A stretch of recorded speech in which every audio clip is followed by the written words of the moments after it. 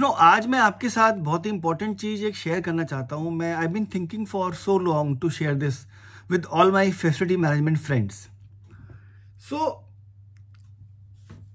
do you know that the competence level of your vendors, whosoever you are working with, is up to the mark?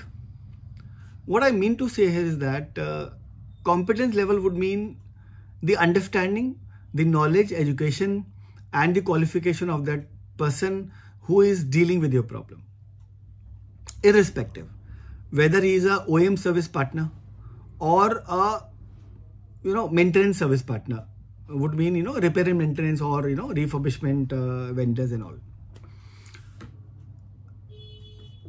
See, अगर वो qualified नहीं है, अगर वो competent नहीं है प्रॉपर तरीके से, बिना जांचे परखे अगर आप उसको कोई जॉब देते हैं अपनी ब्रांच में और कोई हादसा हो जाता है उसके साथ में, then my dear friend, as per the compliance, as per the labour law, you are liable.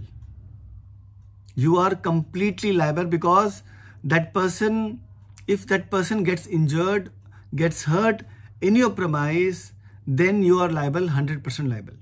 Take my word for it.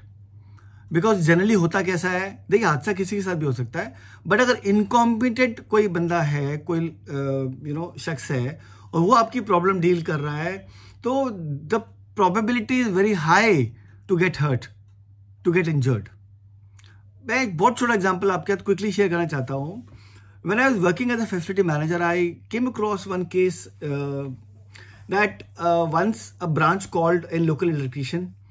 वो आया, उसको कोई प्रॉब्लम बताई गई, वो जाके प्रॉब्लम ठीक कर रहा था, अचानक ब्लास्ट हुआ, उसका चेहरा आधा जल गया. ब्रांच वालों ने उसको ले जाके हॉस्पिटल में एडमिट कराया, उसको फर्स्ट एड दिलाया, देन उसको घर छोड़ा. बाद में उसके घर वालों ने बहुत तमाशा किया ब्रांच के आगे आके, एजिटेशन बहुत ज़्यादा हुई. उस केस ने अलग ही रूप ले लिया. थ्रेटनिंग कॉल्स आने लगी ब्रांच को कि अब ये डिसेबल हो गया है, काम कैसे करेगा, एंड सो ऑन.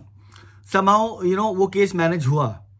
बट जब ब्रांच ने, बैंक ने लेबर डिपार्टमेंट को कंसल्ट किया, they also said that under workman compensation act, चूंकि इस बंदे की जो इंजरी है वो आपकी ब्रांच में हुई है, thus the branch, the bank is 100% liable, right? So देखा, अब यदि आपने उससे पूछा होता कि आर यू कॉम्पिटेंट, आप कहाँ तक पढ़े हो, क्या है क्या नहीं है, जो भी इसकी की होती, तो शायद ये हादसा होता नहीं होता. So what I am trying to say here is that चाहे कोई टेक्नीशियन, आपका लोकल टेक्नीशियन आप बुलाते हैं, वो आपका कोई इक्विपमेंट देखता है, छेड़ता है और कुछ उससे गलती हो जाती है, तो आपको पता है अगर एएमसी इक्विपमेंट को आप किसी नॉन एएमसी टेक्नीशियन से या फिर कोई लोकल टेक्नीशियन से चेक कराते हैं, तो your AMC can stand null and void.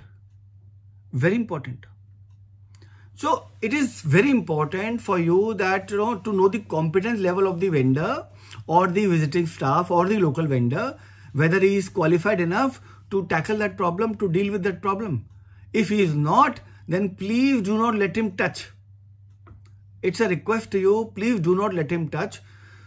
Otherwise, you may fall into a trap. Right? Very, very important. इसको इग्नोर मत करिए प्लीज. मैं तो कहता हूं, आप अगर आपने ये एक्सरसाइज नहीं की है, please start this exercise today to check the competence level of your vendor, or maybe you may put up or keep a make a norm for every new walk-in vendor that yes, this is the required qualification from all your technical staff.